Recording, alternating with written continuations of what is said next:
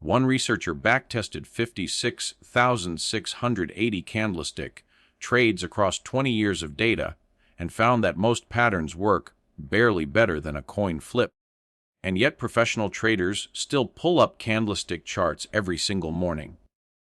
Why? Because they're not reading the patterns. They're reading the story. Let me show you the difference.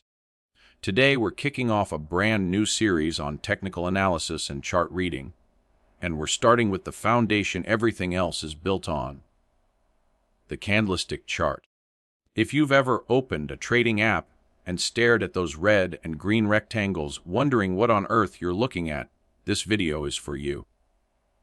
And if you already know the basics, stick around, because we're going to cover the part most beginner videos skip: the actual statistics on how often these patterns work and how professionals use context to tilt the odds. Here's exactly what you'll learn in the next 15 minutes. First, the anatomy of a single candlestick, what every part of it tells you about the battle between buyers and sellers. Second, a complete worked example. You'll watch our old friend Marcus spot a reversal pattern, size his position using the 1% rule from our risk management series, and plan an entire trade with real numbers, entry, stop, target, everything. And third, the 3 most common mistakes that turn candlestick charts from a useful tool into an expensive illusion, and how to avoid every one of them. By the end, you won't just recognize patterns. You'll understand what they mean, when they matter, and, just as important, when they don't. Let's get into it. Let's start with a piece of history, because it explains why candlesticks look the way they do. Candlestick charts weren't invented on Wall Street. They were developed in 18th century Japan by a rice trader named Munehisa Homa, who traded at the rice exchange in Osaka. In 1755, he wrote what many consider the first book ever written on market psychology. Legend says his methods made him the equivalent of billions of dollars in today's money. Take that exact figure with a grain of salt. It's a 270-year-old estimate, but the key insight is real. Hama realized that prices aren't driven only by supply and demand. They're driven by fear and greed. The candlestick was his way of drawing emotions on a chart. The Western world didn't widely adopt them until 1991, when analyst Steve Nyson published a book introducing the technique. So this modern tool is older than the United States stock market itself. Now, the anatomy. Every single candle answers 4 questions about a period of time. Where did the price open? What was the highest point? What was the lowest point? And where did it close? That period can be anything. 1 minute, 1 hour, 1 day, 1 week. Same anatomy, different zoom level. The thick rectangle in the middle is called the body. It shows the distance between the open and the close. If the close is higher than the open, the candle is green, buyers won that round. If the close is lower, it's red, sellers won. The thin lines sticking out of the top and bottom are the wicks, sometimes called shadows. They show the extremes, the highest and lowest prices reached during that period, even if the price didn't stay there. Let's make it concrete. Imagine a daily candle where a stock opens at $50, climbs as high as $52, dips as low as $49, and closes at $51.50. That candle is green because it closed above where it opened. The body is $1.50 tall, from 50 to 51.50. The upper wick is 50 cents, the gap between the close and that $52 high. The lower wick is a full dollar, and the total range, top of the wick to bottom, is $3. Here's the professional mindset shift. Don't see a rectangle. See a battle report. That one candle just told you sellers pushed the price down $1 below the open at some point during the day, and buyers absorbed all of it and drove the price back up to close near the highs. Buyers won, and the wicks tell you how hard each side fought. Now for the part most videos won't tell you. How reliable are candlestick patterns? Really? The most rigorous public study comes from analyst Thomas Bolkowski, who tested 103 candle patterns across thousands of stocks. His finding for the famous bullish engulfing pattern: It acts as a genuine reversal about 63% of the time. Respectable, but that means it fails roughly 4 times out of 10. Another large backtest, the one from our hook, 56,680 trades over 20 years, found the basic hammer pattern was accurate just 52.1% of the time on its own. That is almost literally a coin flip.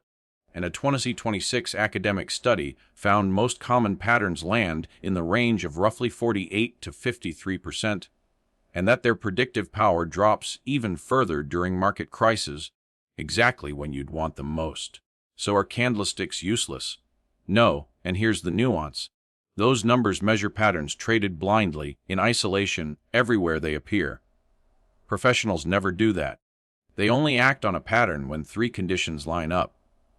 The pattern appears at a meaningful location, like a support or resistance level. It appears after a clear trend, so there's actually something to reverse. And it gets confirmed by the next candle before any money is committed. Context is the difference between a coin flip and an edge.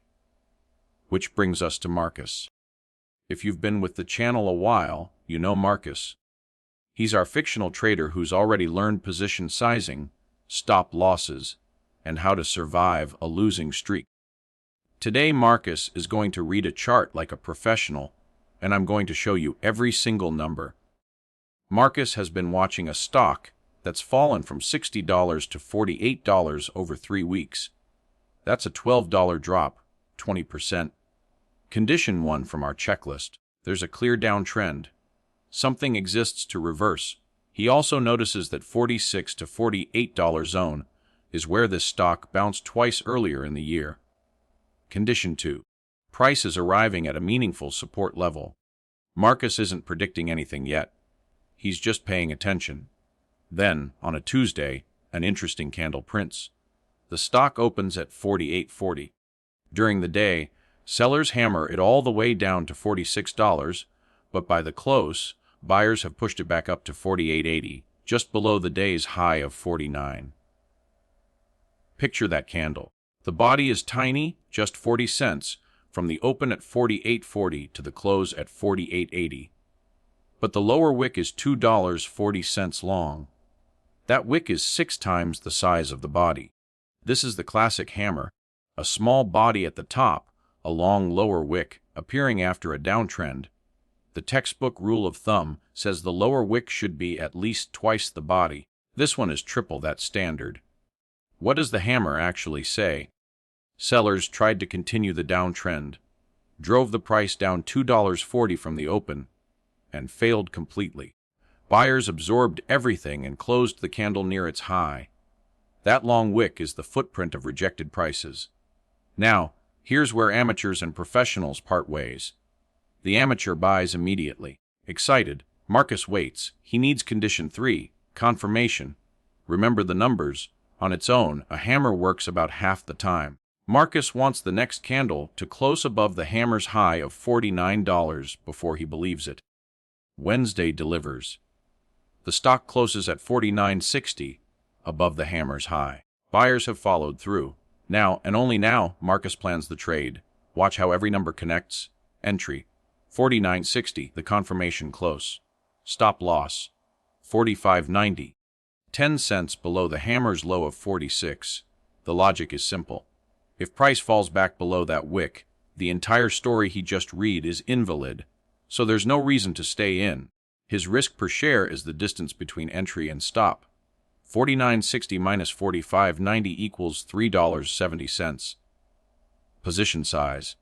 Marcus has a $10,000 account, and from our risk management series he risks 1% per trade, $100 maximum. 100 divided by 370 per share is 27 shares, rounding down. Check the math. 27 shares times 370 is $99.90 of total risk. Under budget. His actual position is 27 shares times $49.60, about $1,339 target. The stock consolidated around $57 before this whole decline started, so that's a natural place for the bounce to stall. From $49.60, that's $7.40 of potential reward, per share against 370 of risk, exactly 2 to 1. And here's the payoff of that 2 to 1 structure. Say Marcus takes 10 setups exactly like this over the next year, and they win at that 60%-ish rate the data suggests for well-filtered reversals. 6 winners at $200 each. That's $1,200. 4 losers at $100 each, minus $400. Net, $800 or $80 per trade on average, risking only 1% each time. Notice what made that work. It wasn't the candle. It was the candle at support, after a trend, with confirmation, with a stop, with sizing, with a 2 to 1 target. The hammer was just the trigger at the end of a checklist. Now let's talk about the 3 mistakes that take this genuinely useful tool and turn it into a slow leak in your account. Mistake number 1. Trading patterns in isolation. This is the big one, and now you know why. The numbers demand it. A hammer traded blindly everywhere it appears, roughly 52% accurate. A coin flip, minus commissions. The exact same candle after a real downtrend, at a tested support level with confirmation, is a different animal entirely. The fix is Marcus's checklist. Before acting on any pattern, ask 3 questions out loud. Is there a trend to reverse? Is this a meaningful price level? Did the next candle confirm? If any answer is no, there is no trade. You'll skip most patterns you see. That's the point. Mistake number 2. Seeing patterns everywhere, especially on tiny time frames. Here's an uncomfortable fact. A hammer needs a downtrend before it, but if you zoom into a 1-minute chart, you'll find downtrends and hammers dozens of times a day, and most of them are just random noise. The research backs this up. Shorter time frames produce far more false signals, because the smaller the time frame, the less real information each candle contains. There's also a psychological trap here that connects to our confirmation bias episode. Once you want to buy, your brain will happily find you a bullish pattern to justify it. The fix. As a beginner, read daily candles. 1 candle per day means each candle summarizes an entire session of real buying and selling, millions of decisions compressed into one honest shape. And here's a practical exercise that costs nothing.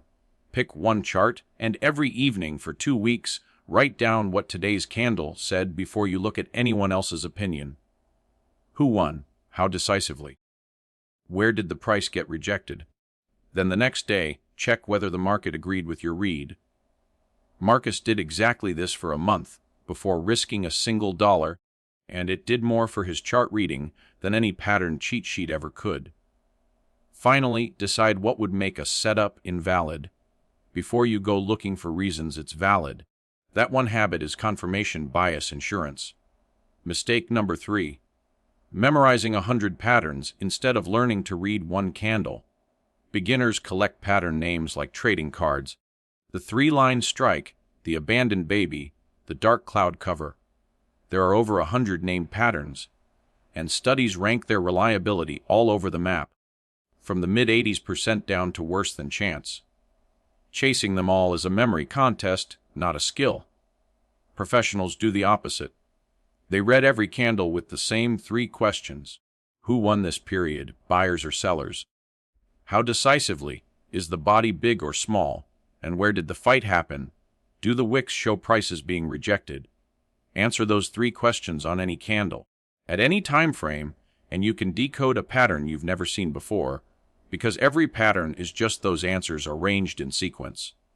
Learn the language, not the phrasebook. Avoid those 3 mistakes.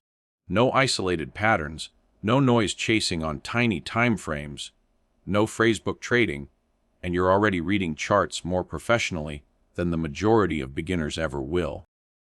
If this video helped candlesticks finally click for you, do me a quick favor, hit the like button, because it genuinely tells the algorithm to show this to other people who are staring at charts feeling lost. And if you know someone who just opened their first trading app, send them this video. You might save them from learning these lessons the expensive way. We publish new videos every single week. This technical analysis series is just getting started, and it builds directly on our risk management and trading psychology series. So subscribe and turn on notifications so the next episode lands right in your feed. If you take one thing from this video, make it this. A candlestick is not a prediction. It's a story, a one-period battle report between buyers and sellers. The pattern alone is close to a coin flip. The pattern plus trend, location, and confirmation is a professional setup. Marcus didn't make money because he spotted a hammer. He made a good decision because the hammer was the last checkbox on a list, after the trend, after the support level, after confirmation, and with his risk capped at 1% before he ever clicked buy. Next week, we're switching gears to a topic you've been requesting for months. Bitcoin halving explained. Every 4 years, the supply of new Bitcoin gets cut in half overnight, and we'll break down exactly how that mechanism works, what happened to prices after previous halvings, and why past patterns don't guarantee anything about the next one. If you've ever wondered why crypto traders circle these dates on their calendars years in advance, you won't want to miss it. Quick reminder, this channel is for education only. Nothing here is financial advice, and you should do your own research before risking real money.